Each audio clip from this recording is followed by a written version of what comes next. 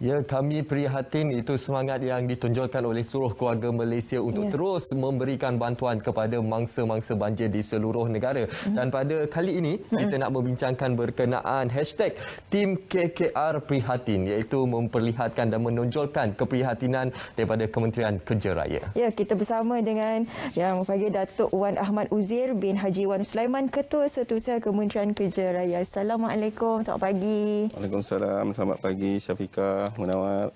Baik, terlebih dahulu kita nak ucapkan tahniah dulu di atas pelantikan sebagai KSU yang baru. Belum sempat bernafas, kerusi pun tak panas lagi. Nanti tapi terus turun untuk mesti banjir. Mungkin secara mukadimahnya kita nak mengetahui bagaimana sebenarnya situasi di KKR terlebih dahulu mengenai benda-benda banjir ini.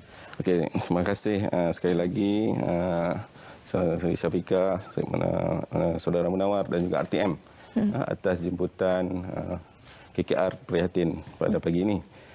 Sebagaimana di kementerian-kementerian yang lain, apabila berlaku banjir yang luar biasa pada tahun ini, yang lebih teruk daripada tahun 1971, 1995, 1994, kalau tak silap saya 2001, pada 18 dan 19 hari bulan, iaitu 24 jam hujan yang berterusan, di mana saya dimaklumkan isi padu air hujan tu 24 jam sama dengan 1 bulan. 1 bulan.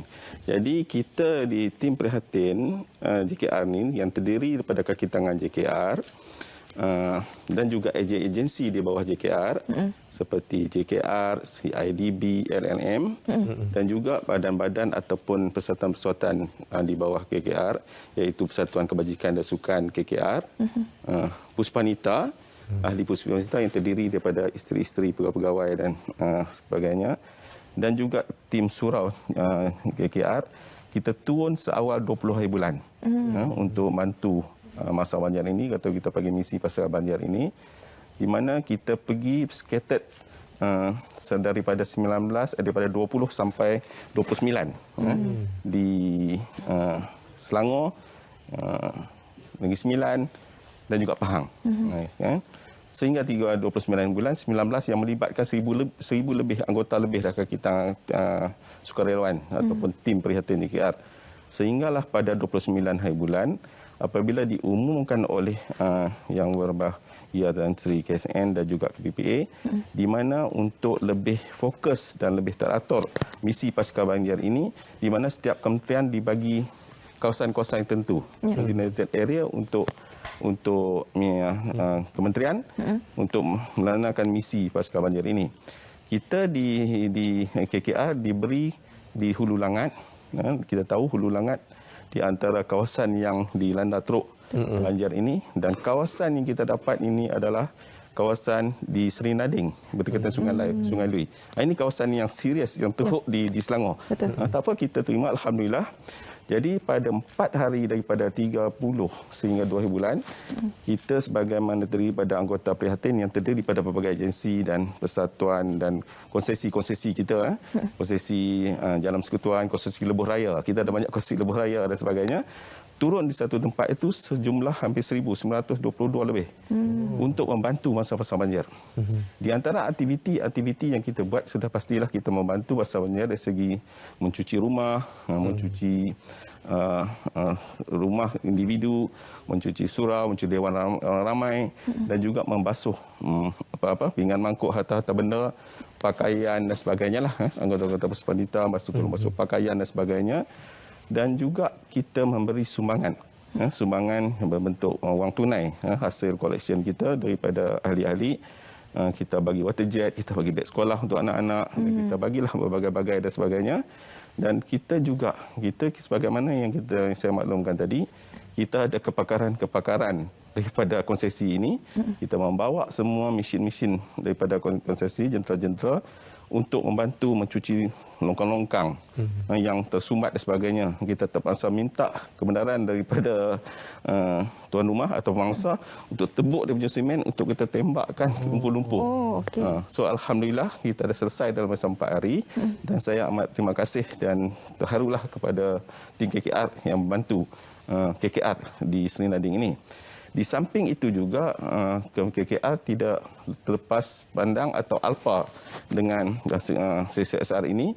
Kita ada special team juga yang terpaksa ronda ke seluruh Malaysia yang terdiri daripada JD daerah, pengarah negeri, JKR negeri untuk memantau. Ini tugas hakiki kita. Di samping CSR ini kita memantau, melihat infrastruktur yang rosak, yang membahaya kepada keselamatan. Dan kita akan ambil tindakan yang segera, terutama sekali infrastruktur yang memutus hubungan atau connectivity dah terputus, yang mana sukar bagi keluarga-keluarga Malaysia ini keluar daripada tempat ataupun nak pergi ke rumah untuk mendapat barang keperluan dan sebagainya. Ini tugas kita. Maknanya kita di samping kita juga memantau sehingga kini dalam memastikan infrastruktur kita ini selamat dan untuk digunakan dan memulih secara secepat mungkin sebagaimana yang disarankan oleh Yang Amat Berhormat Perdana Menteri dan juga Yang Berhormat Menteri Kanan Kerja Raya. Seperti yang Datuk nyatakan tadi, perhatian juga turut tertumpu kepada pembangunan infrastruktur yang terjejas akibat daripada impak pasca banjir ini. Dan saya difahamkan juga KKR pantas dengan melaksanakan ataupun mewujudkan Jabatan Bailey, jabatan mudah alih untuk membantu keluarga Malaysia yang terputus hubungan di setengah kawasan. Jadi penerangan daripada Datuk. Okey, kita tahu sebagaimana saya katakan awal tadi, pada banjir pada tahun ini, bencana pada tahun ini, yang paling serius adalah di Selangor, di Hulu Langat, kalau di Negeri Sembilan di daerah Jelebu, kan? Di Pahang mungkin di Temeloh, di Palipis dan sebagainya.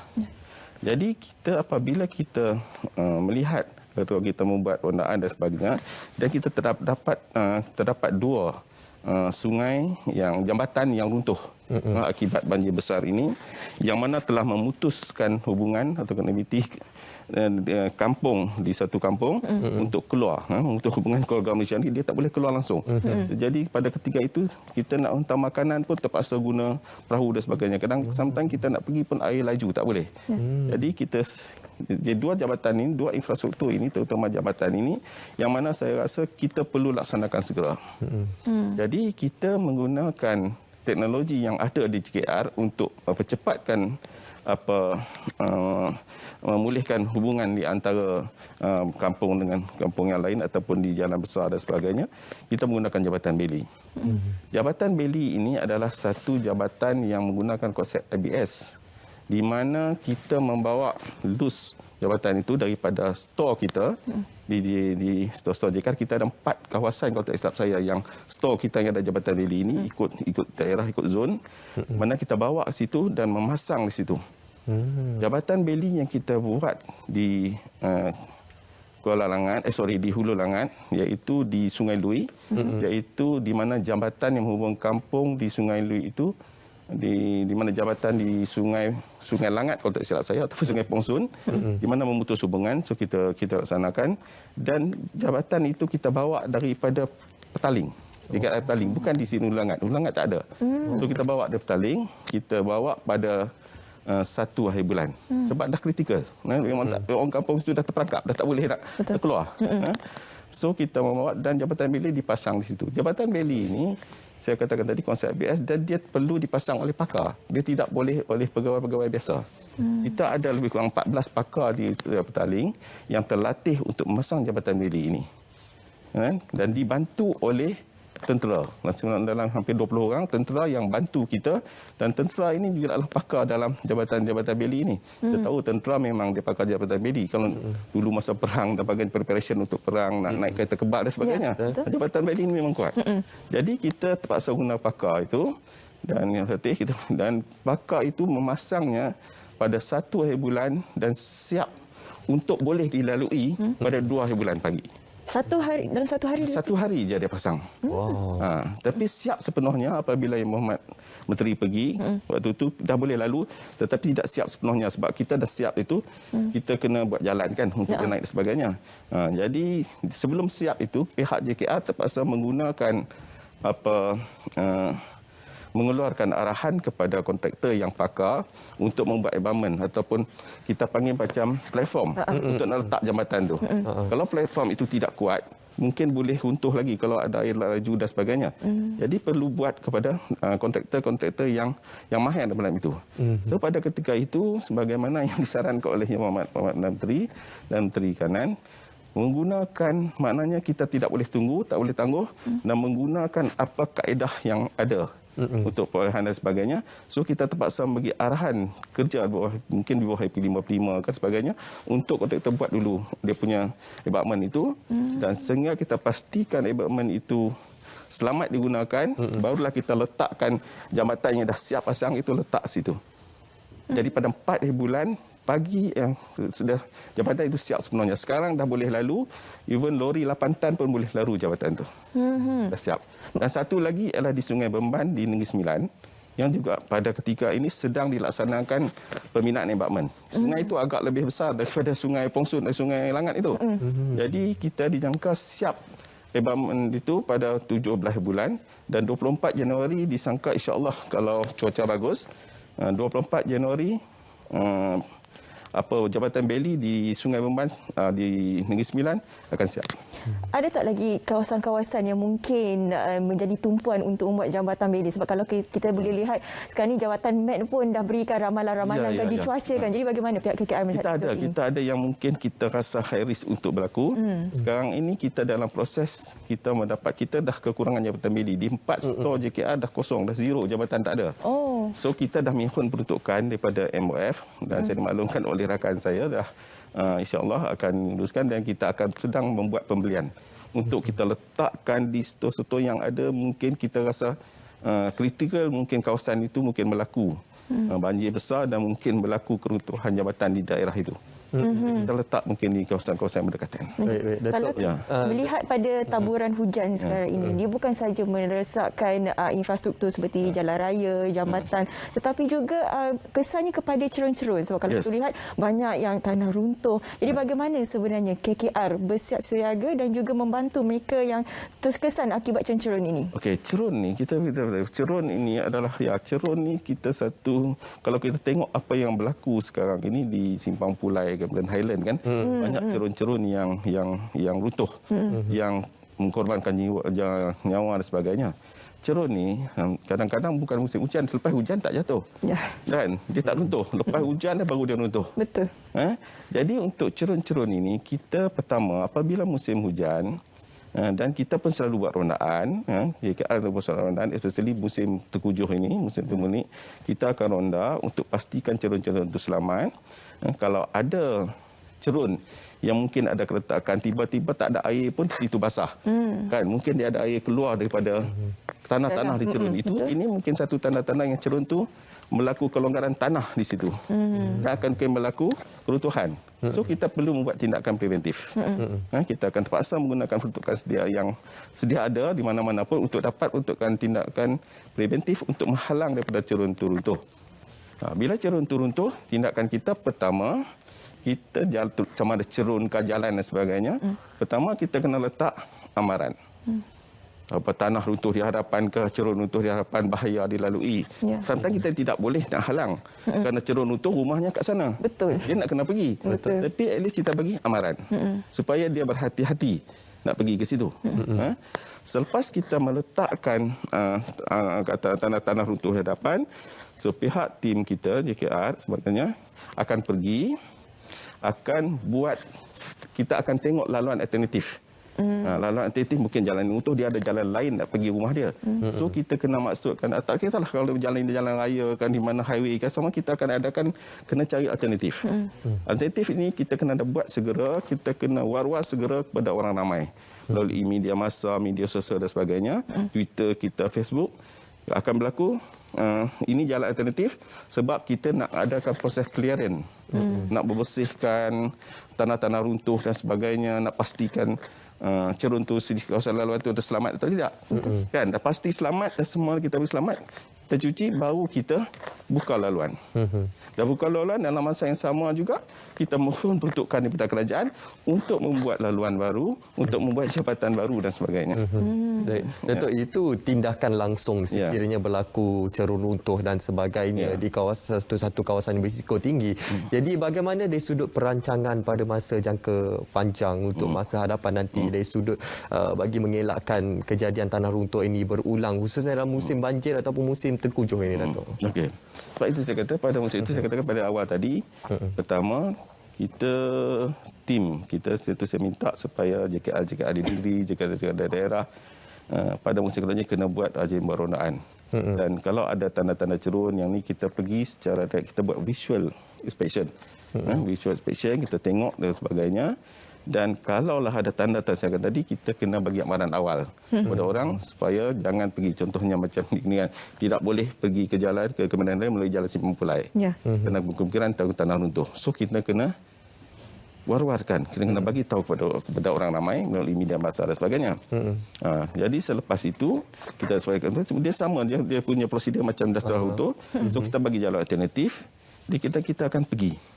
Kita akan pergi, kita membuat penyelenggaraan preventif, negara dan sebagainya untuk pastikan cerun selamat atau jalan selamat.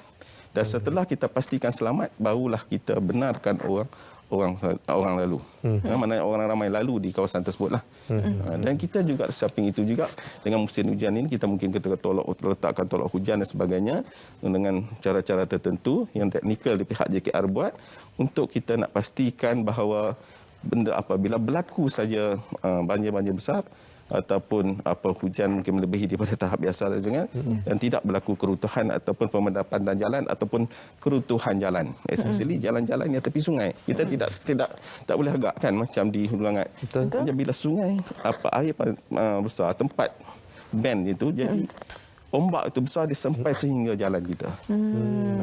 Dan kita nak buka jalan pun kadang-kadang kita terpaksa tengok sama selamat atau tidak. Kalau kata selamat, kita buka satu lorong supaya memudahkan orang, kan? Jadi kita kena pastikan betul-betul selamat, barulah kita membenarkan orang ramai lalu di kawasan tersebut. Dalam pada menghadapi bencana banjir ini, kita boleh lihat salah satu lagi inisiatif yang dilakukan oleh pihak KKR ialah bilik gerakan bencana. Datuk boleh huraikan apa di antara peranan bilik gerakan bencana ini? Bilik gerakan bencana atau kita dengan Big Band. Big Band ini kalau tak silap saya, kita lancarkan pada tahun, saya tengok 2008. Big Band 2008, sebelum masuk KKR lagi lah. Jadi Big Band ini merupakan satu one stop center yang mana untuk kita salurkan maklumat kepada orang ramai, terutama musim-musim banjir ini. Musim banjir ini di mana ada je musim banjir, ada je satu contohnya banjir di satu tempat, bilik Big Band terus dibuka. Boleh terus buka, iaitu pada ini kita tahap 1. Tahap 1 ni tidak kritikal. Maknanya kita tahap 1 ni kita buka ni daripada pukul 5 hingga pukul 8 hingga pukul 5 petang saja. Tahap 1. Betul pukul 8 hingga pukul 5 petang saja. Jadi sebelum itu Big Band ini kita di Ibu Jabat kita ada 24 sekretariat. Jadi banyak sekretariat kita. Maknanya kalau sekretariat ni dah habis, sekretariat ni akan ganti 24 jam. Di samping 24 sekretariat di Ibu Pejabat, kita ada 26 di negeri. 26 di negeri dan 172 di daerah. Daripada JD diketuai oleh JD, dia orang rendah dan melaporkan kepada Big Band di negeri dan terus ke pusat lah. Jadi itu tadi itu je Big Band kita. Saya katakan tadi kita ada tahap 1, tahap 2, tahap 3 kan. Tahap 1 24 jam, tahap 1 maknanya 8 hingga pukul 5 di mana kita memantau mungkin dalam satu saja berlaku banjir kan, kemudian banjir kilat dan sebagainya. Dan laporan kita hantar pada tahap 1 kita hantar 2 laporan. Bukan laporan, kita keluarkan 2 laporan untuk dalam sosial media dan sebagainya untuk maklumat orang ramai. Iaitu laporan pada pukul 10 dan laporan pada pukul 2 petang. Itu tahap 1. Tahap 2, apabila berlaku lebih daripada 2 tempat berlaku banjir. berlaku banjir ke, berlaku bencana dan sebagainya. Ini kita buka daripada pukul 8 pagi hingga pukul 12 malam. Ini laporan 4 kali kita akan keluarkan laporan. Kita akan hantar laporan untuk orang ramai dan juga untuk pihak kerajaan dan sebagainya. Iaitu pada pukul 10 pagi, pukul 2 petang, pukul 6 petang dan pukul 10 malam. Jadi bagaimana Datuk, kalau sekiranya ada dalam kalangan orang awam kita yang terjejas pasca banjir ini yang ingin membuat aduan berkenaan infrastruktur di kawasan mereka, adakah mereka boleh terus saja ke bilik gerakan? Cuma saya nak terangkan satu lagi, tahap 3 ni. Tahap 3 yang kita apply sekarang.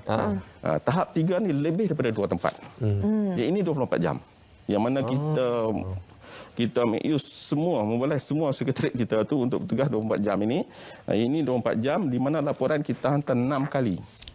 Untuk makluman kepada NAKMA, kepada MKN, kepada PDRM, kepada semua.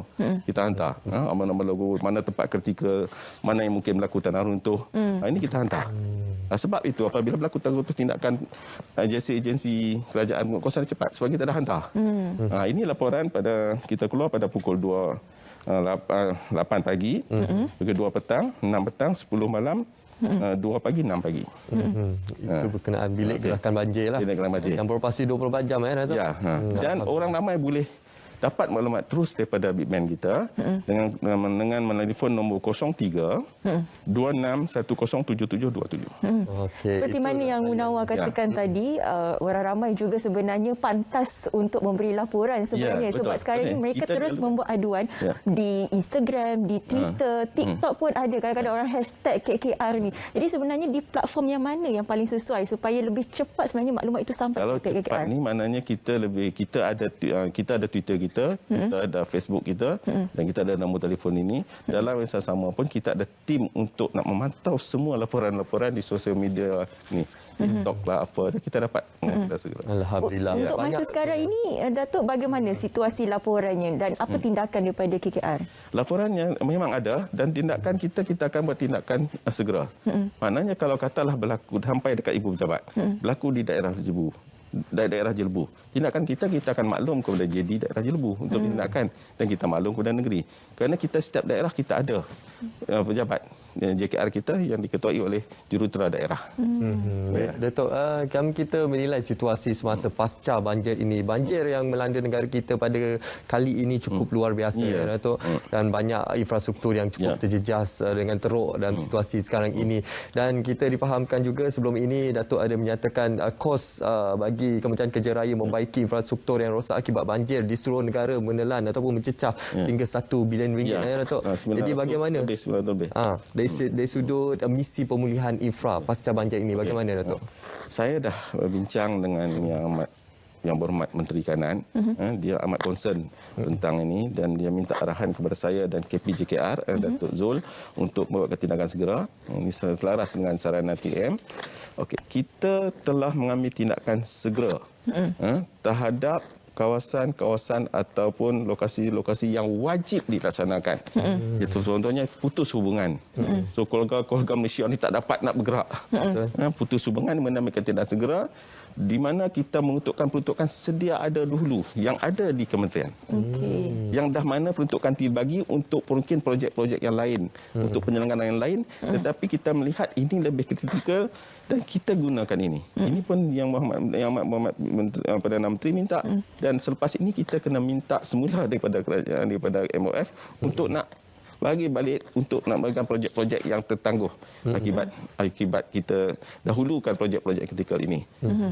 Sehingga ini kalau tak silap saya, sebagaimana yang berhormat Menteri Kanan kata, kita dah hampir kat 60 juta, 58.9 juta kot kita dah keluar pun, dah mula kerja untuk baiki pulih infrastruktur yang rosak yang wajib dibaiki, dilaksanakan.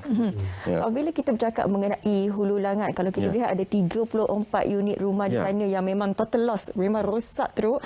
Jadi mereka bakal menerima rumah kekal banjir. Mungkin Datuk boleh berikan perincian mengenai rumah kekal banjir ni. Kita dah, yang berhormat Menteri Kanan dah cadangkan kepada pihak kerajaan, kepada kabinet, mungkin dibincangkan dalam kabinet hari ini mungkin ini. Memang kita dah keluar. Kita JKR dah come out dengan plan kita untuk mengganti rumah-rumah ni. Yang amat Perdana Menteri pun pernah jumpa bagi tahu saya sewaktu pertemuan Yang Amat Perdana Menteri dengan tim-tim sukarelawan dengan semua KSU, dia kata saya KKR kena tengok. Kita mungkin ada peruntukan, kita ada 3 peruntukan yang diumumkan oleh Yang Amat Perdana Menteri, 5,000 untuk cash kepada mangsa-mangsa banjir yang mana mengalami kerosakan kecil. Dan kita ada baiki sehingga 15,000. Dan kita ada pinaan kekal sehingga 56,000. Kan? Yang baiki ni itu yang pihak kita, pihak Yang Amat Perdana Menteri minta kita tengok, sebab you estimate betul-betul. Dia tak mahu nanti hanya pintu atau tangga saja yang buat kerja 2-3 kali pula. Rosak, kita bagi 15,000 juga. Sedangkan yang lain tak dapat. Itu kita kena fair lah. Ini yang amat Menteri supaya kita fair. Kita bagi yang betul-betul. Yang betul-betul perlu, yang betul-betul rosak. Tak apa. Itu untuk baiki. So JKR insya-Allah kalau diminta dan sebagaimana yang disarankan, kita akan bantu, kita akan turun, saya pun dah minta Datuk Zul untuk maklumkan kepada JD daerah untuk tindakan proaktif, dapatkan maklumat mangsa banjir ini daripada pejabat daerah untuk kita buat estimate lebih awal. Kan? Jadi untuk rumah ni kita Yang Menteri Kanan telah minta supaya kita come out dengan 2 jenis. Satu, rumah yang bertiang. Yang bertiang ni kita terpaksa buat bertiang, kita takut. Kalau kita buat yang landed, kalau dia tepi sungai, kalau air pasang lagi, kalau banjir lagi, kemungkinan tu. Kemungkinan kalau banjir kecil pun, dia boleh masuk 1 kaki atau 2 kaki. Betul.